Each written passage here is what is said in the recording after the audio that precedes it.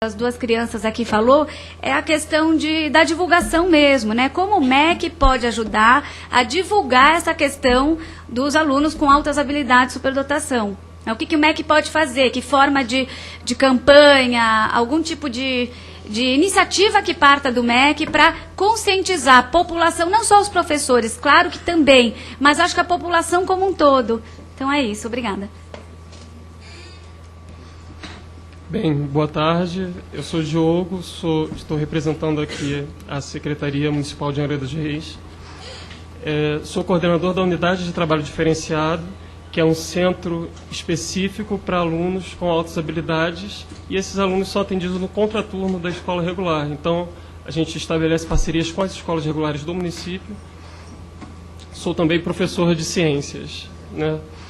Doutora Zenita, nós hoje estamos com 60 alunos sendo atendidos. O relatório, inclusive, que a senhora pediu, está lá, está pronto, é só clicar, que a gente está querendo fazer uma coisa bonita para poder chegar para a senhora. Chegará logo. Bem, o atendimento ele acontece na forma de grupos de estudos para alunos identificados em algumas áreas do conhecimento acadêmico. E nesses grupos de estudos a gente tenta também fazer redes, né, como você estava exemplificando a questão dos museus. Nós tentamos visitar os outros espaços da cidade, levar esses alunos a ter contato com pessoas especialistas das áreas de conhecimento que eles têm mais interesse. Mas Angra dos Reis é uma cidade muito limitada. É uma cidade do interior do estado do Rio de Janeiro, com uma universidade que tinha apenas um curso, o curso de pedagogia, a Universidade Federal Fluminense, e agora que começou a se ampliar a oferta de curso superior. Então, a questão de espaços acadêmicos mais privilegiados, nós não temos em Angra dos Reis. O atendimento, antes de se formar o UTD, a Unidade de Trabalho Diferenciado, que foi instituída por lei, por decreto em 2007, ele iniciou numa sala de recursos de uma escola comum em 2005, 2 anos antes, e essa sala de recursos era uma sala de recursos não multifuncional. Ela foi escolhida pela prefeitura para atender alunos com altas habilidades de superdotação, mas, de todo modo, tinha uma única professora, uma professora do primeiro segmento, que atendia todos os alunos, à exceção de artes plásticas, mas todas as outras áreas do conhecimento acadêmico, essa professora teria de dar conta. E percebeu-se que, ainda que seja uma professora para trabalhar, uma sala de recursos para trabalhar com altas habilidades, essa professora não conseguiria dar conta. Então, assim, se uma pessoa não consegue dar conta das altas habilidades, quanto mais uma pessoa, um professor ou uma sala de recursos para atender as várias demandas que a gente tem da educação especial dentro dos municípios. Então, a partir disso, a Prefeitura de Angra escolheu fazer um centro, que é a UTD, a Unidade de Trabalho Diferenciado, e lotou nesse centro professores do segundo segmento para que, pelo menos, as áreas acadêmicas atendidas pelo segundo segmento, elas pudessem ser contempladas. Então, uma posição assim que eu estou colocando de experiência da nossa própria experiência. E quanto a senhora falou do PDE interativo, né? Eu, como disse, sou coordenador, mas também sou professor de ciências da rede. Tem 2 matrículas, uma matrícula minha é lotada nesse centro de educação especial, a outra numa escola regular. E no ano passado eu fui o representante, o presidente, não lembro o termo que a gente usava, do PDE interativo na escola. E aí, conforme a gente vai acessando o sistema no PDE interativo, as formações que são disponibilizadas, elas são orientadas de acordo com o perfil profissional do professor. Então, a gente vai preenchendo com os dados dos docentes que nós temos na escola, e o sistema vai encaminhando essa disponibilidade de curso de acordo com o perfil do professor. E nessa escola, que é de segundo segmento do ensino fundamental, não abriu nenhuma vez cursos da educação especial. A gente tinha lá cursos que nós poderíamos cadastrar os professores em ciência e tecnologia, meio ambiente, alfabetização, mas educação especial nós não tínhamos, quanto mais de altas habilidades. Então, assim, são questões que precisam ser colocadas para que a gente pense melhor, né? Como é que a gente vai formar os professores? A parceria com a escola regular, ela tem acontecido por muita insistência dos profissionais desse centro e da gerência de educação especial da secretaria, que que também está ligada a esse centro, mas a gente sente uma carência muito grande na formação dos professores com relação às altas habilidades. Só isso. Alexandre, é o Alexandre? Alexandre, você me desculpa, viu? Porque depois que eu fiz a inscrição, pelo meu olhar, é que me entregaram a folha, e você foi o primeiro a se inscrever. Verdade. Formalmente, tá? Verdade. Obrigado. Obrigado. Meu nome é Alexandre Barbosa Valdetaro, eu sou da Associação Paulista para Altas Habilidades e Superdotação. Eu queria passar a mesa, se possível, a um breve currículo da gente, por favor, para que vocês tenham um conhecimento. Eu queria colocar aqui o Estado de São Paulo em 2005, antes... Acho que precisam ser colocadas para que a gente pense melhor, né? Como é que a gente vai formar os professores? A parceria com a escola regular, ela tem acontecido por muita insistência dos profissionais desse centro e da gerência de educação especial, da secretaria, que também está ligada a esse centro, mas a gente sente uma carência muito grande na formação dos professores com relação às altas habilidades. Só isso. Alexandre, é o Alexandre? Alexandre, você me desculpa, viu? Porque depois que eu fiz a inscrição, pelo meu olhar, é que me entregaram a folha, e você foi o primeiro a se inscrever. Verdade. Formalmente, tá? Verdade. Obrigado. Obrigado. Meu nome é Alexandre Barbosa Valdetaro, eu sou da Associação Paulista para Altas Habilidades e Superdotação. Eu queria passar a mesa, se possível, a um breve currículo da gente, por favor, para que vocês tenham um conhecimento. Eu queria colocar aqui o Estado de São Paulo em 2005, antes da gente começar a discutir altas habilidades regionalmente, tinha traço em altas habilidades, não sei. Dos profissionais desse centro e da gerência de educação especial, da secretaria, que também está ligada a esse centro, mas a gente sente uma carência muito grande na formação dos professores com relação às altas habilidades. Só isso. Alexandre, é o Alexandre? Alexandre, você me desculpa, viu? Porque depois que eu fiz a inscrição, pelo meu olhar, é que me entregaram a folha, e você foi o primeiro a se inscrever. Verdade. Formalmente, tá? Verdade. Obrigado. Obrigado. Meu nome é Alexandre Barbosa Valdetaro, eu sou da Associação Paulista para Altas Habilidades e Superdotação. Eu queria passar a mesa, se possível, a um breve currículo da gente, por favor, para que vocês tenham um conhecimento. Eu queria colocar aqui o Estado de São Paulo em 2005, antes da gente começar a discutir altas habilidades regionalmente, tinha traço em altas habilidades, no censo de altas habilidades, e é justamente sobre esse censo que eu gostaria de falar, além de um pouco de legislação. Em primeiro lugar, eu queria colocar que a Associação Paulista para Altas Habilidades, ela promoveu um debate a nível local, municipal, tá, em relação a altas habilidades, no qual foi protocolizado um projeto de lei de número 352/2012, um anteprojeto de nossa autoria, o projeto é de autoria do vereador Eliseu Gabriel. Queria colocar que lá prevê-se muitas coisas, inclusive diversos tipos de aceleração, como bem falou a professora Renata Maia Pinto, além de outras coisas, como, por exemplo, a obrigatoriedade de que as escolas municipais em São Paulo contratem especialistas ou pessoas capacitadas em altas habilidades a nível regional para atender essas crianças. A gente considera isso importante porque a gente gostaria de mudar o olhar do professor, que, modificando o olhar do professor para aquilo, o censo poderia ser melhor. Então, a minha pergunta é a seguinte: a gente não deveria investir em capacitar o profissional que está lidando diretamente com o aluno para que o censo fosse melhor realizado e depois, então, a verba seria melhor destinada? Assim, não passem por um problema educacional, porque, até onde eu saiba, altas habilidades não existe na faculdade de pedagogia em nível de graduação. E o nível de pós-graduação, a Associação Paulista para Altas Habilidades foi a primeira que fez parceria com uma instituição que foi a Gama Filho, para poder dar o curso de professores à distância. Então, eu pergunto principalmente para Macaé, Evaristo dos Santos, se não passa por isso, né? Aí acho que a gente deveria fazer uma reflexão a respeito, porque aí dali sai tudo, inclusive legislação, o que São Paulo não tem. A gente tem apenas uma resolução, que foi a S81, que foi ditada agora em agosto, que foi graças a uma reunião que tivemos com o secretário também de Educação local. Então, é desconhecido. A gente tem 5 milhões de estudantes, sendo que 250 mil aí deveriam ter altas habilidades, e não temos nada.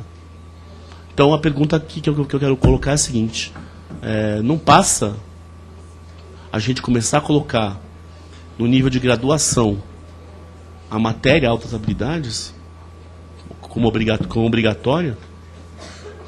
Obrigado. Obrigado, Alexandre. Eu tenho mais uma inscrita aqui que tinha feito formalmente. Desculpa, o número do projeto de lei é 352 de 2012. Estão me perguntando, desculpe. Lá de São Paulo. De São Paulo, tá? É um projeto de lei paulistano, tá? O anteprojeto foi feito por nós, da associação, e é de autoria do vereador Eliseu Gabriel. Ok. Obrigado. Então, Alessandra Cândido. A gente tem 5 milhões de estudantes, sendo que 250 mil aí deveriam ter altas habilidades, e não temos nada. Então, a pergunta aqui que eu quero colocar é a seguinte: não passa a gente começar a colocar no nível de graduação a matéria altas habilidades como obrigatória? Obrigado. Obrigado, Alexandre. Eu tenho mais uma inscrita aqui que tinha feito formalmente.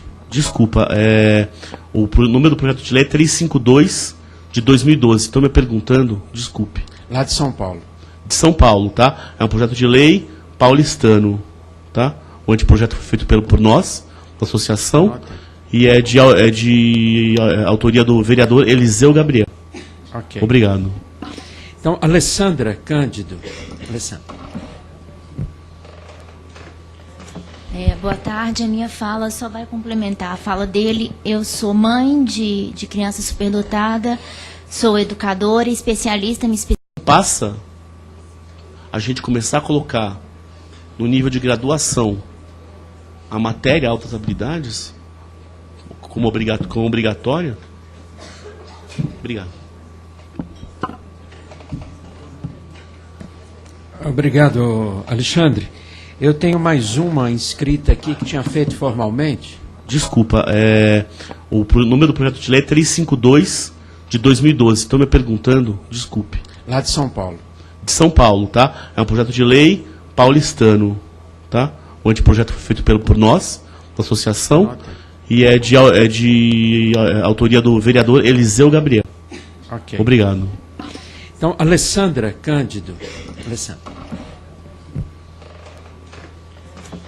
Boa tarde, a minha fala só vai complementar a fala dele. Eu sou mãe de criança superdotada, sou educadora, especialista, me especializei com a doutora Zenita em Lavras. Fui estudar o tema porque me assustei muito quando vi que não existia o que fazer. Mas trabalho hoje com a formação de educadores, dando aula, lecionando em... Obrigado, Alexandre. Eu tenho mais uma inscrita aqui que tinha feito formalmente. Desculpa, o número do projeto de lei é 352 de 2012. Estão me perguntando, desculpe. Lá de São Paulo. De São Paulo, tá? É um projeto de lei paulistano, tá? O anteprojeto foi feito por nós, da associação, e é de autoria do vereador Eliseu Gabriel. Ok. Obrigado. Então, Alessandra Cândido. Alessandra. Boa tarde, a minha fala só vai complementar a fala dele. Eu sou mãe de criança superdotada, sou educadora, especialista, me especializei com a doutora Zenita em Lavras. Fui estudar o tema porque me assustei muito quando vi que não existia o que fazer, mas trabalho hoje com a formação de educadores, dando aula, lecionando em universidades privadas, o curso de educação especial e para algum... André, eu tenho mais uma inscrita aqui que tinha feito formalmente. Desculpa, o número do projeto de lei é 352 de 2012. Estão me perguntando, desculpe. Lá de São Paulo. De São Paulo, tá? É um projeto de lei paulistano, tá? O anteprojeto foi feito por nós, da associação, e é de autoria do vereador Eliseu Gabriel. Ok. Obrigado. Então, Alessandra Cândido. Alessandra. Boa tarde, a minha fala só vai complementar a fala dele. Eu sou mãe de criança superdotada, sou educadora, especialista, me especializei com a doutora Zenita em Lavras. Fui estudar o tema porque me assustei muito quando vi que não existia o que fazer. Mas trabalho hoje com a formação de educadores, dando aula, lecionando em universidades privadas, o curso de educação especial e para algumas prefeituras. E é isso, a gente precisa trabalhar o olhar do professor, porque ele não reconhece, né? O aluno com alta habilidade está incluído há muito tempo. E os professores, isso se pulverizou, a gente não enxerga mais, eles estão invisíveis na sala de aula. Então, a gente tem que investir na formação de professores, isso é claro, é evidente. Eu sou educadora, trabalho como professora de história também, no ensino fundamental 1 e 2. 2 e médio. Então, a gente vê, os colegas não sabem o que é isso e se espantam. Mas como assim? Tem 3 pessoas na minha sala que têm altas habilidades, o que é isso, né? E aí vem todo o estereótipo que tem por trás disso, que complica a situação. Mas é isso, a formação de professores eu acho que é fundamental. Okay. Obrigado. Érica, você quer falar agora? Porque eu vou passar para a Macaé responder. Você prefere falar no final? Eu quero falar agora. Ok. Bom, eu vou falar porque talvez eu tenha que sair daqui a pouco. Aliás, tenho que sair daqui a pouco. Mas eu queria agradecer à Valquíria a oportunidade de ter conhecido o trabalho da associação e, a partir daí, as nossas... Na formação de professores, isso é claro, é evidente. Eu sou educadora, trabalho como professora de história também, no ensino fundamental 1 e 2.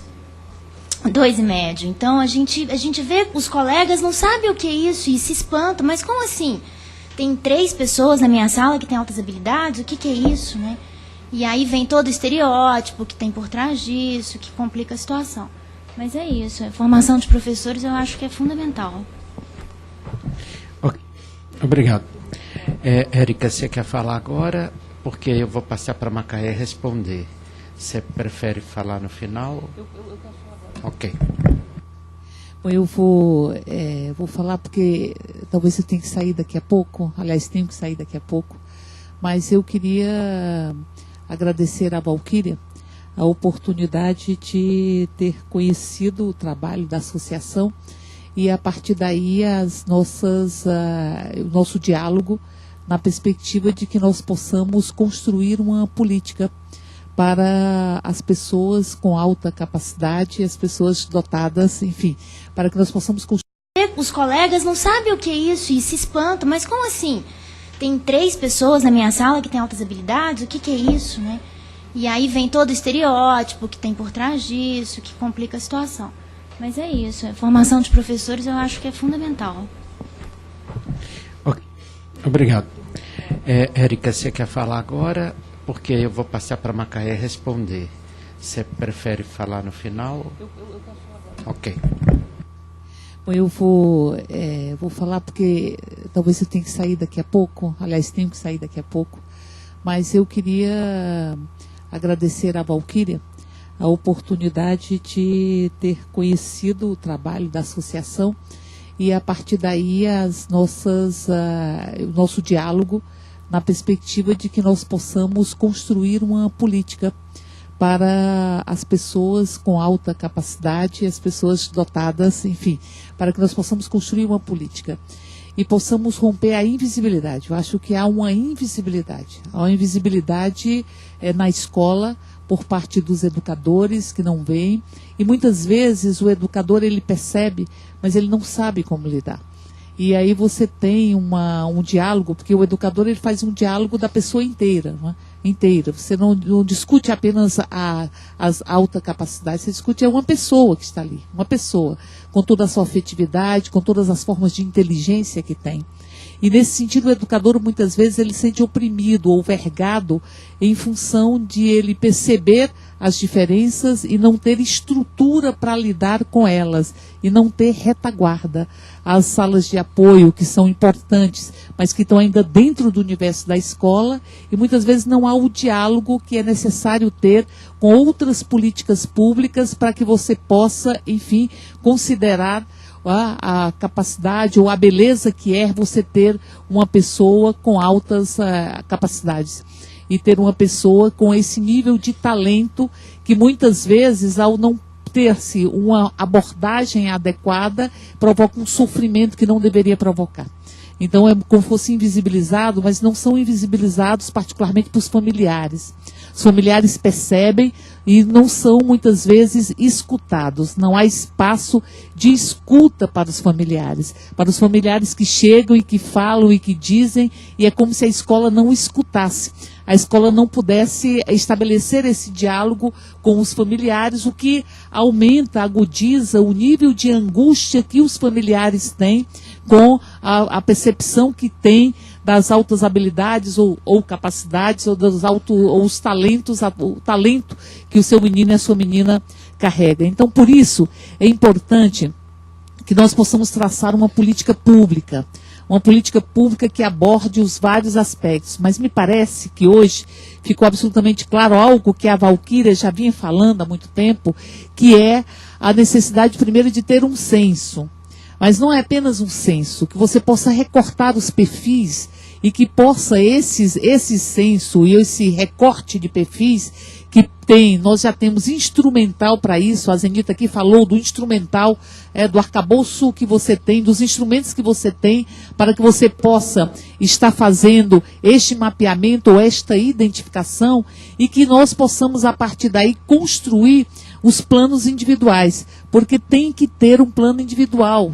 Não tem como você desenvolver e dar um recorte, fazer com que aquela pessoa seja vista enquanto pessoa, aquele menino, aquela menina seja vista enquanto tal, enquanto ser humano, se você não desenvolver um plano individual. Porque a grade, muitas vezes, e aqui também isso foi falado, a grade, muitas vezes, ela aprisiona, e ela não possibilita que você tenha uma escola que possa se adaptar ao aluno e não o inverso. Não é o aluno ou a aluna que tem que se adaptar à escola, que tem que se vergar, que tem que se tolher em função da escola, mas é a escola que tem que se adaptar ao universo dos seus alunos e suas alunas. Então, portanto, penso que daqui nós temos algumas coisas que podemos tentar fazer uma construção acerca de uma política. Uma delas é o censo, com um instrumental que já temos experiência nesse sentido e que podem ser, estabelecidos. A necessidade da elaboração dos planos individuais,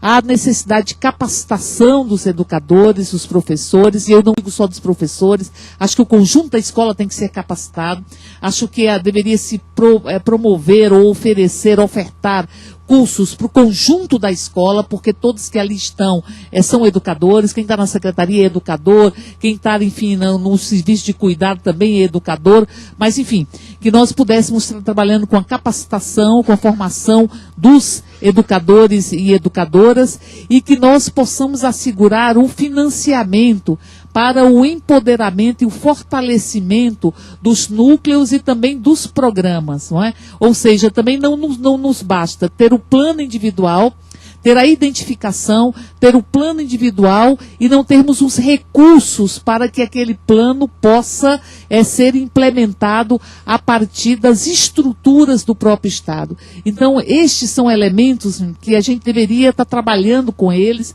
para a construção dessa política pública. Nós temos algumas formas de construir uma política pública. Eu falava com a Macaé se havia a possibilidade de estabelecermos um grupo, ou uma discussão, ou um encontro, onde se pudesse pudesse já trabalhar concretamente a elaboração destas diretrizes. Nós temos aqui uma audiência pública ela não tem um poder deliberativo, é para escutar a sociedade, para que nós possamos, a partir daí, aperfeiçoar as políticas necessárias para o desenvolvimento da cidadania, da democracia e da dignidade humana. Então, portanto, se é possível que nós possamos, a partir do MEC, estabelecer uma discussão para que tenhamos diretrizes para uma política pública que pode ser aprovada nesta casa. Mas penso, como a Zenita, que o problema não são as leis ou as normatizações, mas é a compreensão do problema, a elaboração de instrumentos para a sua superação e, ao mesmo tempo, a construção de redes, porque também não adianta você não ter o sistema funcionando. Tem que ter o sistema, e o sistema ele não funciona se você não contar com as 3 esferas. Se você não contar com a esfera municipal, com a esfera estadual ou com a esfera federal, você não consegue fazer com que o sistema funcione. Então os desafios são muito grandes, mas os desafios eles partem, me parece, da conclusão que nós tiramos nesta audiência pública, de que alguns elementos e alguns procedimentos precisam se colocar em marcha e precisam ser efetivados em uma política. E o MEC tem uma função importante nesse processo para fazer esse diálogo, esse encontro, um grupo de trabalho, eu não sei qual é o instrumento, mas que daqui a gente saia com um instrumento, que seja um encontro, alguma coisa para a elaboração desta política, com os consensos que nós construímos aqui, no que diz respeito ao censo, a capacitação, a formação, a retaguarda da própria escola e a construção do plano individual. Acho que são consensos que nós podemos fazer com que eles possam se desenvolver e que precisam, obviamente, de financiamento. Eu vou encerrar, então, dizendo que seria muito importante nós podemos elaborar essa política e transformá-la em uma lei, em uma legislação.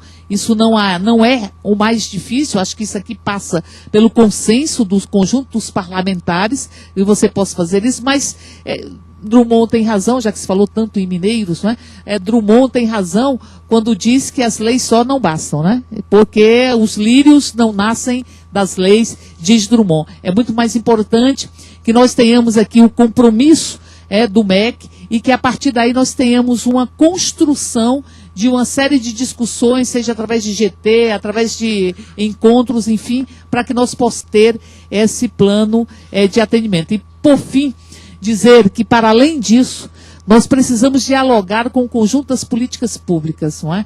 Então, se você tem um plano individual, se você tem um censo, se você tem um plano individual, você pode dialogar com as políticas públicas e fazer essas experiências como de museus, ou de escolas de arte, ou de orquestras, enfim, a partir da própria pessoa. Então, se você dá recorte à pessoa, se você visibiliza a pessoa, você consegue traçar não apenas um plano individual dentro da própria escola, mas um plano individual que inclua e que aborde a necessidade de diálogo com outras políticas públicas, como aqui já foi falado. Eu lembro que eu tive a oportunidade de estar com a Valquíria no DF Trans, que é o órgão que cuida dos transportes aqui do Distrito Federal, porque ela dizia, tem um programa, aqui não tem um núcleo específico, mas tem um programa no Distrito Federal para as altas habilidades, e é preciso que as pessoas tenham condições de ir ao local onde o programa está se realizando. Porque aqui nós temos a política do passe livre, mas passe livre para ir para a escola, e não para ir aos espaços onde tem o programa. E nós tivemos a partir daí, e conseguimos o passe livre para que os alunos pudessem se deslocar no contraturno da própria escola para os locais onde o programa fosse desenvolvido, que aqui foi dito que é a intenção do governo de que ele possa também crescer e abranger outras realidades aqui no Distrito Federal. Entretanto, eu vou apenas realçar, tudo isso passa também por o financiamento, não é? Não adianta você criar um núcleo ou criar programas que não sejam empoderados.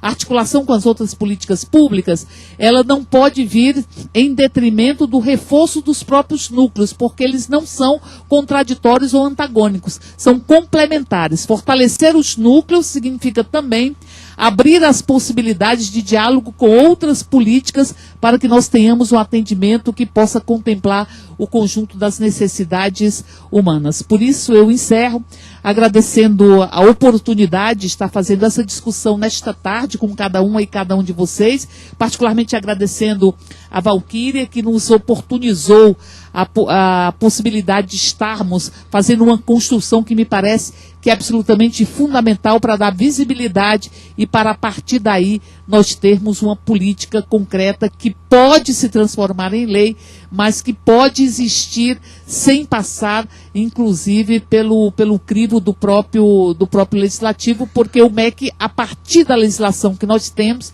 e dos princípios fundantes da política nacional do MEC, pode estabelecer as condições para esta política nacional, que obviamente só será efetiva se trabalhar com as 3 esferas, se dialogar com as outras 2 esferas e realmente nós tivermos um sistema nacional nessa perspectiva.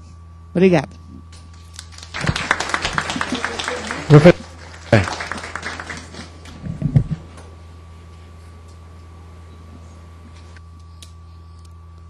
Bom, gente, eu agradeço aí as manifestações.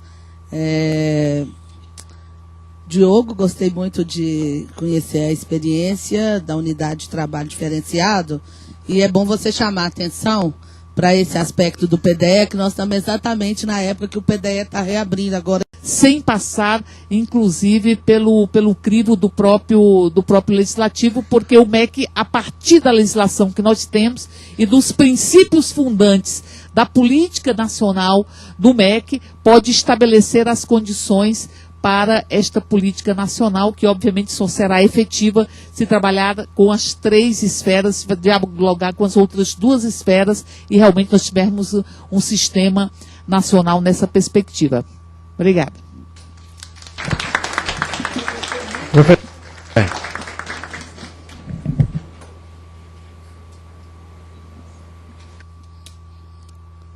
Bom, gente, eu agradeço aí as manifestações. Diogo, gostei muito de conhecer a experiência da unidade de trabalho diferenciado e é bom você chamar a atenção para esse aspecto do PDE, que nós estamos exatamente na época que o PDE está reabrindo agora em 2013. Então eu já vou cuidar dessa questão, porque realmente, como a gente tem um catálogo diversificado, a gente filtra um pouco em função do perfil profissional. Do MEC pode estabelecer as condições para esta política nacional, que obviamente só será efetiva se trabalhar com as 3 esferas, se dialogar com as outras 2 esferas e realmente nós tivermos um sistema nacional nessa perspectiva. Obrigada.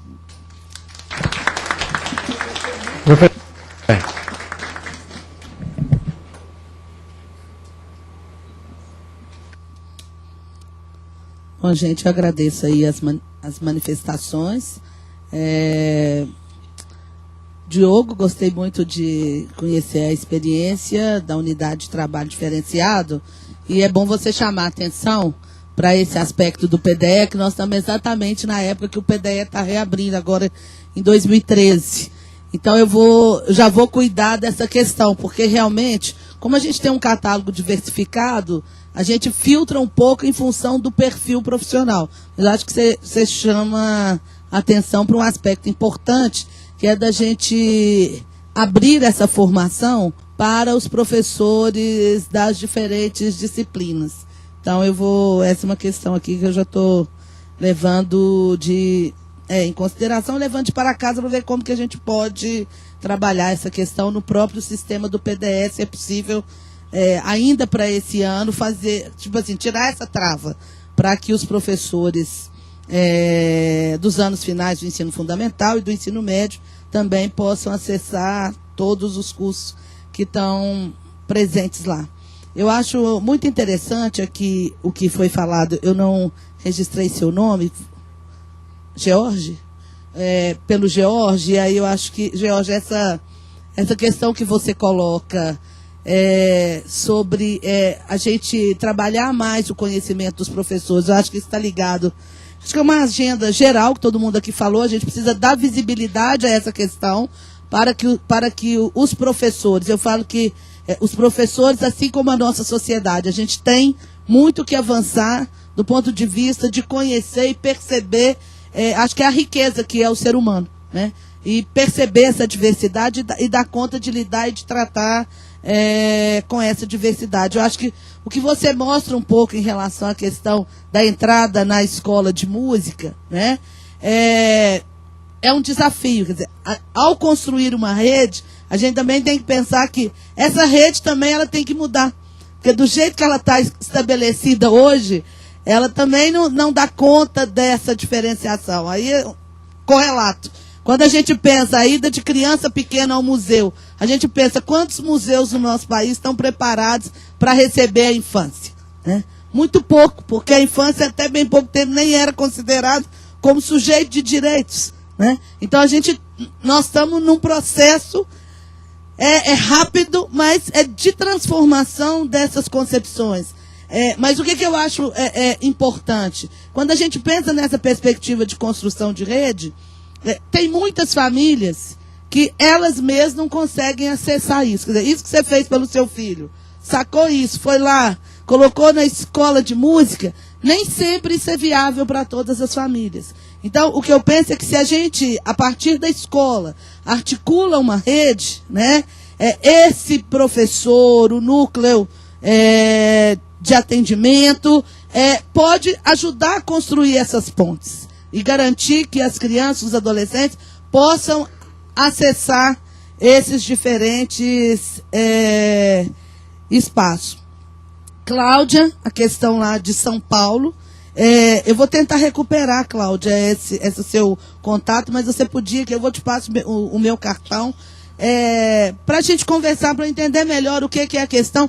Nem sempre, gente, as pessoas às vezes entendem, mas o Ministério da Educação podia fazer uma intervenção mais forte, mas o nosso sistema, né, nós somos uma federação, então a gente não tem, muitas vezes, tanto poder de interferência na gestão de um sistema de ensino.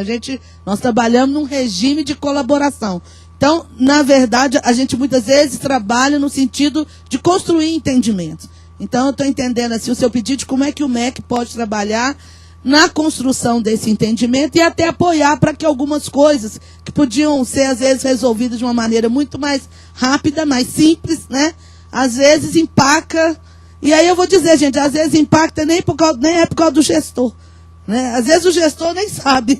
Muitas vezes, quando ele fica sabendo, até se resolve rapidamente. Mas, enfim, eu acho que a gente pode pensar aí como cuidar para que isso aconteça, né? E aí eu quero aqui reafirmar o compromisso do Ministério da Educação de manter esse diálogo, da gente poder trabalhar junto. Eu acho que foi uma oportunidade para mim bastante importante e pensar como avançar, né, no fortalecimento dos NAS, na construção dessa rede. Acho que nós temos hoje no Ministério o programa Mais Educação, que mobiliza nos municípios a constituição de uma rede de educação integral. Talvez a gente pensar como que no âmbito do Mais Educação a gente crie lá esse link para que, né, olha, a gente precisa pensar que a gente tem que articular e construir uma rede também com possibilidade de garantir trajetórias diferenciadas. Eu acho que esse é o nosso grande desafio ao pensar a educação. Como a gente trabalha, né, com um número infinito de matrículas, ao mesmo tempo a gente é chamado a pensar trajetórias diferenciadas, né? E trajetórias diferenciadas que muitas vezes ela não tem um caminho linear, né? Cada pessoa vai fazer esse caminho de uma maneira muito específica. Eu acho que o debate das altas capacidades nos chama a isso. Como garantir o direito à educação, considerando que as pessoas podem e têm direito a trajetórias diferenciadas para garantir o seu desenvolvimento pleno, tá? Então, eu só reafirmar aqui o compromisso, agradecer muito aqui a Câmara e agradecer aqui o Eduardo Barbosa, que está ainda conosco aqui, presidindo a audiência. Tá? Muito obrigado. A Valquíria também quer fazer uso da palavra, e eu pude ouvir praticamente quase todos os nossos convidados, Padre José Linhares está aqui para dar continuidade ao encerramento, porque também já estão me chamando para uma outra reunião que eu não posso deixar de estar, que é um assunto também que a Casa deve pautar até a semana que vem, que é o fechamento de um relatório final sobre a lei antidrogas, e que nós temos ali um debate muito complexo também de ser feito. E a gente faz parte de um grupo de trabalho que está trabalhando. Isso. Como garantir o direito à educação, considerando que as pessoas podem e têm direito a trajetórias diferenciadas para garantir o seu desenvolvimento pleno. Tá? Então, eu só reafirmar aqui o compromisso, agradecer muito aqui a Câmara e agradecer aqui o Eduardo Barbosa, que está ainda conosco aqui, presidindo a audiência. Tá?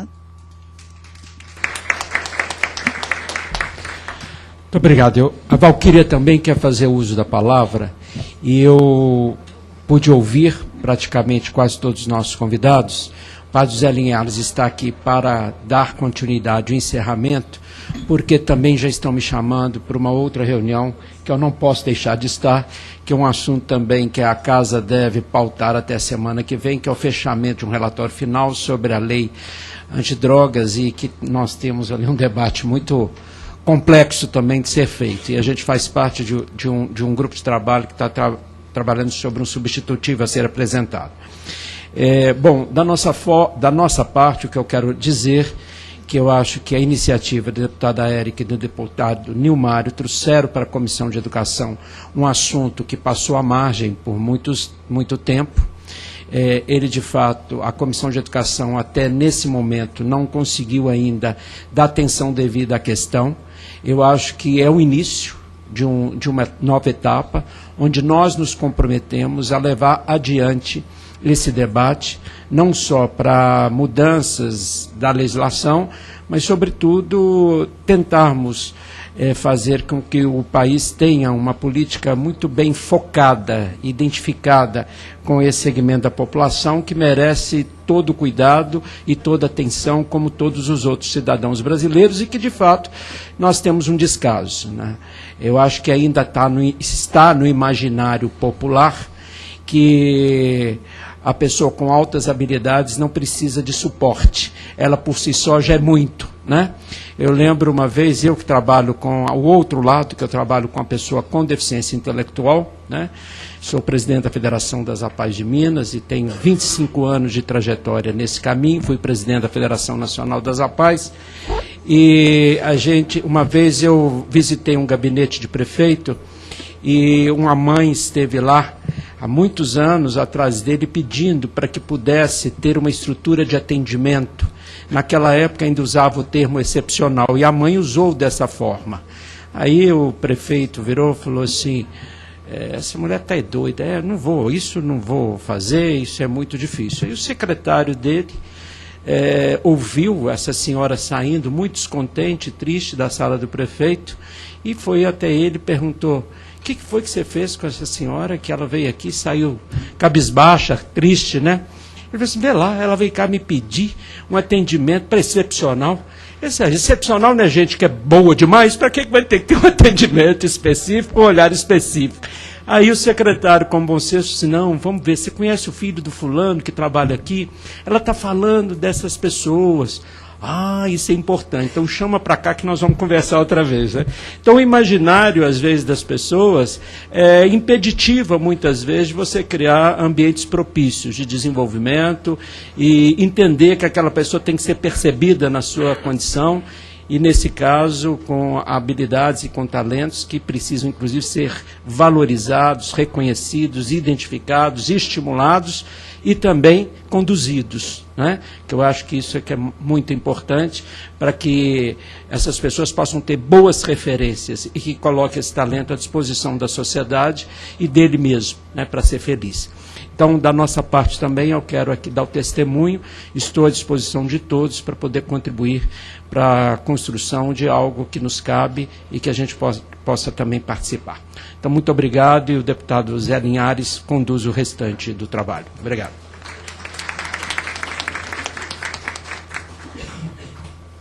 Desculpa, mas eu tenho que ir para lá. Quem é que tem? Aqui, ó. A Valquíria.